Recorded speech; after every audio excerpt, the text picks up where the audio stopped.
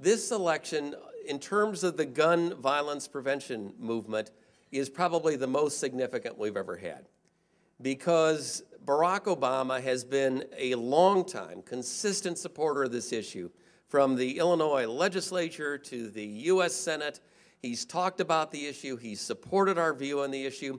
He's said consistently that while there is an individual right to have a gun, and that while he believes in the Second Amendment, he's made it clear that reasonable restrictions apply, just what the Supreme Court said, just what we've been saying since the Supreme Court, and he hasn't been afraid to talk about it. And that's what's significant. He's been on our side, and he hasn't run from it. Bottom line, in 2008, we won on the gun issue. People that stood for common sense, gun violence prevention measures won. The gun issue, the gun violence prevention issue, gun control issue, if you will, is no longer a wedge issue. We know of no candidate for any office at any level who lost by being on our side.